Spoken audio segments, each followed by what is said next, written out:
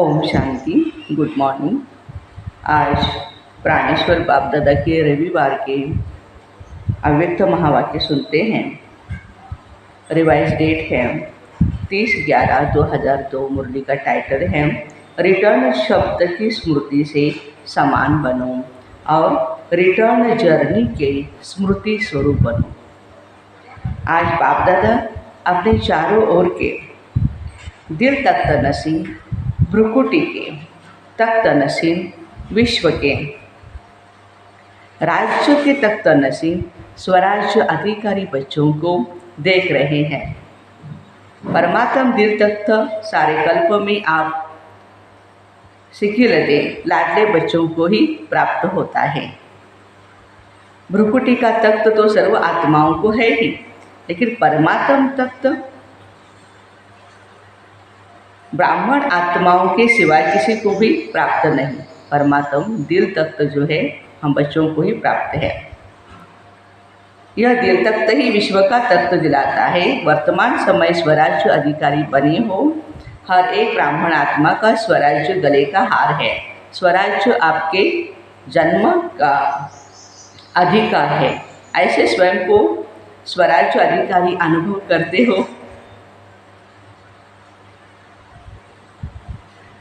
दिल में ये दृढ़ संकल्प है, हमारे इस बर्थ राइट को कोई भी छीन नहीं सकता है। साथ साथ ये भी रूहानी नशा है, हम परमात्म दिल तख्त नसीं हैं। आज का पूरा दिन का ये स्वमान रहेगा, मैं आत्मा परमात्म दिल तख्त नसीं हूँ। मानव जीवन में तन में भी विशेष दिल ही महान गाया जाता है। दिल रुक गई बस जीवन समाप्त। तो आध्यात्मिक जीवन में दिल तख्त का बहुत ही महत्व है। जो दिल तख्त नसीं है वही आत्माएं विश्व में,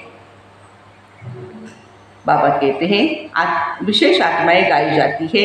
वही आत्माएं भक्तों के लिए माला के मणकों के रूप में सिमरी जाती है। वही आत्माएं कोटों में कोई में भी कोई गाई जाती है। तो वह कौन है? आप हो ना, पांडव भी है, माताएं भी हैं, हाथ हिला रहे हैं। तो बाबा कहते हैं हे लाडले बच्चे, कभी कभी दिल तख्त को छोड़ करके देह रूपी मिट्टी से क्यों खेलते हो, क्यों दिल लगाते हो? देह मिट्टी है तो लाडले बच्चे कभी भी मिट्टी में पाँव नहीं रखते हैं। सदा तख्त पर गोदी में या अतीन्द्रिय सुख के झूले में झूलते रहते हैं। आपके लिए बाप दादा ने भिन्न भिन्न झूले दिए हैं। कभी सुख के झूले में झूलो, कभी खुशी के झूले में झूलो, कभी आनंदमय झूले में झूलो। आज बाप दादा ऐसे श्रेष्ठ बच्चों को देख रहे थे कैसे नशे के झूले में, नशे से झूलों में झूल रहे हैं। झूलते रहते हो, मिट्टी में तो नहीं आते। कभी कभी दिल होती है क्या मिट्टी में पाँव रखने की? क्योंकि 63 जन्म मिट्टी में ही पाँव रखते, मिट्टी से ही खेलते। तो अभी भी नहीं, अभी तो नहीं मिट्टी से खेलते हो। कभी कभी मिट्टी में पाँव भी जाता है। बाबा पूछ रहे बच्चों को, देहभान में आ जाते हो? कभी कभी चला जाता है। देह भान भी मिट्टी में पाँव रखना है और देह अभिमान गहरी मिट्टी में पाँव रखना है। लेकिन देह भान अर्थात बॉडी कॉन्शियस यह भी मिट्टी है। जितना संगम का समय ज़्यादा से ज़्यादा तख्त नसीं होंगे ना, उतना ही आधा कल्प सूर्यवंशी की राजधानी में और चंद्रवंशी में भी सूर्यवंश के राज्य घराने में होंगे। अगर अभी संगम पर कभी कभी तख्त नसीं होंगे तो सूर्यवंशी के रॉयल फैमिली में भी इतना ही समय रहेंगे। तख्त नसीं चाहे टर्न बाय टर्न होंगे, तख्त नसीं चाहे टर्न बाय टर्न होंगे, लेकिन बाबा कहते हैं राज्य घराने की आत्माओं को रॉयल फैमिली में सदा ही संबंध में होंगे। तो चेक करो, संगम युग के आदि समय से अब तक चाहे 10 साल हुए हैं या 50 साल हुए हैं या 66 ईयर्स हो गए हैं, लेकिन जब से ब्राह्मण बने हैं तब आदि से अब तक कितना समय दिल तख्त नसीं, स्वराज्य तख्त नसीं बने हैं। बहुत काल रहा, निरंतर रहा व कभी कभी रहा। जो परमात्मा दिल तक तो नसीब होगा उसकी निशानी क्या होंगी? प्रत्यक्ष चलन और चेहरे से सदा बेफिक्र बादशाह। अपने मन में स्थूल बोझ तो सिर पर होता है, लेकिन सूक्ष्म बोझ मन में होता है, तो मन में कोई भी बोझ नहीं होगा। जो परमात्मा दिल तक नसीब आत्माएं हैं उनके मन में कोई बोझ नहीं होगा। फिक्र है बोझ और बेफिक्र डबल लाइट। अगर किसी भी प्रकार का, चाहे सेवा का, संबंध संपर्क काम, चाहे स्थूल सेवा का या रूहानी सेवा का भी बोझ नहीं। क्या होगा, कैसे होगा, सफलता होगी या नहीं होगी, सोचना, प्लान बनाना अलग चीज़ है और बोझ लेना अलग चीज़ है। बोझ वाले की निशानी है सदा चेहरे में बहुत या थोड़ा सा थकावट के चिन्ह होंगे। थकावट होना अलग चीज़ है और थकावट के चिन्ह थोड़ा भी, यह भी बोझ की निशानी है। बेफिक्र बादशाह का अर्थ ये नहीं कि अलबेले ही रहो, हो अलबेलापन और कहे हम तो बेफिक्र हैं। अलबेलापन ये बहुत धोखा देने वाला है। अलबेलापन यह बहुत धोखा देने वाला है। तो बाबा कहते हैं कि तीव्र पुरुषार्थ के भी वही शब्द है और अलबेलेपन के भी वही शब्द है। तीव्र पुरुषार्थी सदा दृढ़ निश्चय होने के कारण यही सोचता है हर कार्य हिम्मत और बाप की मदद से सफल हुआ ही पड़ा है, और अलबेलेपन के भी यही शब्द है हो जाएगा, हुआ ही पड़ा है। कोई कार्य रहा है क्या, हो जाएगा। तो शब्द एक है लेकिन उसके रूप जो है ना अलग अलग है। वर्तमान समय माया के विशेष दो रूप बच्चों का पेपर लेते हैं। एक है व्यर्थ संकल्प, दूसरा कौन सा है, मैं ही राइट हूँ, आई एम राइट। जो किया, जो कहा, जो सोचा, मैं कम नहीं हूँ, मैं ही राइट हूँ। बाप दादा समय के प्रमाण अब यही चाहते हैं कि एक शब्द सदा स्मृति में रखो, बाप से हुई सर्व प्राप्तियों का, स्नेह का, सहयोग का रिटर्न करना है। रिटर्न करना अर्थात समान बनना। दूसरा, अब हमारी रिटर्न जर्नी है, वापसी यात्रा है। एक ही शब्द रिटर्न सदा याद रहे, इसके लिए बहुत ही सहज साधन है। हर संकल्प, हर बोल और कर्म को ब्रह्मा बाप से टैली करना, मिलाना। बाबा का संकल्प क्या रहा, बाप का बोल क्या रहा, बाप का कर्म क्या रहा, इसको ही कहा जाता फॉलो फादर। फॉलो करना तो सहज होता, नया सोचना, नया करना उसकी आवश्यकता है ही नहीं। जो बाबा ने किया है बस फॉलो करना है, सहज है ना। टीचर्स हाथ उठाओ, फॉलो करना सहज है या मुश्किल है, बाबा पूछ रहे हैं। सहज है ना, बस फॉलो फादर करो। पहले चेक करो, जैसे कहावत है, पहले सोचो फिर कहो करो, पहले तोलो फिर बोलो। तो सभी टीचर्स इस वर्ष में, अभी इस वर्ष का लास्ट मंथ है, पुराना जाएगा, नया आएगा। नए आने से पहले क्या करना है उसकी तैयारी कर लो। ये संकल्प करो सिवाय बाबा के कदम पर कदम रखने के और कोई भी कदम हम नहीं उठाएंगे। बस फुट स्टेप, ब्रह्मा बाप के कदमों पर कदम रखना। फुट स्टेप, कदम पर कदम रखना इजी है ना। तो नए वर्ष के लिए अभी से संकल्प में प्लान बनाओ, जैसे ब्रह्मा बाप सदा निमित्त और निर्माण रहे, ऐसे निमित्त भाव और निर्माण भाव। सिर्फ निमित्त भाव नहीं, निमित्त भाव के साथ निर्माण भाव दोनों ही आवश्यक है। क्योंकि टीचर्स तो निमित्त है ना, तो संकल्प में भी, बोल में भी और किसी के संबंध में, संपर्क में, हर कर्म में, हर बोल में निर्माण। जो निर्माण है माना नम्रचित है, वही निमित्त है। जो निर्माण नहीं है उसमें थोड़ा बहुत सूक्ष्म महान रूप में अभिमान नहीं भी हो, लेकिन रोग होगा, और ये रोग यह भी एक अभिमान का ही अंश है। बोल में सदा ही निर्मल भाषी, मधुर भाषी। जब समय संपर्क में आत्मिक रूप की स्मृति रहती है तो सदा निराकारी और निरहंकारी रहते। ब्रह्मा बाबा के लास्ट के तीनों शब्द याद रहते हैं, निराकारी, निर्विकारी और निरहंकारी। अच्छा, फॉलो फादर पक्का रहा है ना। अगले वर्ष की मुख्य लक्ष्य स्वरूप की स्मृति है। यह तीन शब्द निराकारी, निर्विकारी, निरहंकारी, अंश भी, बाबा कहते अंश भी न हो, मोटा मोटा रूप तो ठीक हो गया, लेकिन अंश भी न रहे कोई भी विकार का, क्योंकि क्या होता, अंश ही फिर धोखा भी दे देता है। फॉलो फादर का अर्थ ही है इन तीन शब्दों को सदा स्मृति में रहें। अच्छा ठीक है, डबल फॉरेनर्स उठो, अच्छा है, अच्छा ग्रुप आया है। बाप दादा को डबल फॉरेनर्स की एक बात बहुत अच्छी लगती है, खुशी होती है एक बात पर, जानते हो कौन सी? देखो कितना दूर देश से आते हैं, डायरेक्शन मिला, इस टर्न में आपको आना है तो पहुंच गए ना। दादी का डायरेक्शन ठीक माना ना, इसकी मुबारक हो। बाप दादा एक एक को देख रहा है, दृष्टि दे रहा है, ऐसे नहीं कि स्टेज पर ही दृष्टि मिलती है, दूर से और ही अच्छा दिखाई दे रहा है। डबल फॉरेनर्स हाँ जी का पाठ अच्छा पढ़े हुए हैं। बाप दादा को डबल फॉरेनर्स के ऊपर प्यार तो है ही, लेकिन नाज भी है, क्योंकि विश्व के कोने कोने में संदेश पहुंचाने के लिए डबल फॉरेनर्स ही निमित्त बने हैं। विदेश में अभी कोई विशेष स्थान रहा है? बाबा पूछ रहे हैं, सेवा के बिना कुछ स्थान रहा है? गांव गांव कोने कोने छोटे स्थान रह गए हैं या विशेष स्थान रह गया है? कौन सा स्थान रहा है? तो बच्चों ने जवाब दिया, बाबा मिडल ईस्ट के कुछ देश रहे हुए हैं।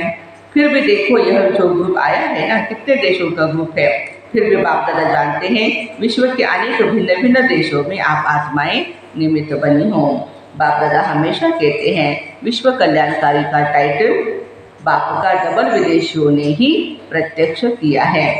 अच्छा, हर एक अपने अपने स्थान पर खुद अपने पुरुषार्थ में और सेवा में आगे बढ़ रहे हो और सदा आगे बढ़ते रहना, बढ़ते रहेंगे ही, सफलता के सितारे हो। बहुत अच्छा, कुमारों से, मधुबन के कुमार भी हैं, देखो कुमारों की संख्या कितनी है, आधा क्लास तो कुमारों का ही भरा है। कुमार अभी साधारण कुमार नहीं है, कौन से कुमार हो? ब्रह्मा कुमार तो हो ही, लेकिन ब्रह्मा कुमारों की विशेषता क्या है? कुमारों की विशेषता है शांति फैलाने वाले शांति दूत हैं। न मन की अशांति है, न बाहर की अशांति है। कुमारों का कार्य है मुश्किल काम करना, हार्ड वर्क करना। तो अशांति को आज सबसे हार्ड में हार्ड वर्क है कौन सा? अशांति को मिटाए, शांति दूत बन विश्व में शांति फैलाना। ऐसे कुमार होना, अशांति का नाम निशान नहीं, न विश्व में न आपके संबंध संपर्क में, ऐसे शांति दूत हो। बाबा पूछ रहे हैं कुमारों को, जैसे आग बुझाने वाले, कहाँ भी आग होगी तो आग बुझाएंगे ना, तो शांति दूत का कार्य है अशांति को शांति में बदलना।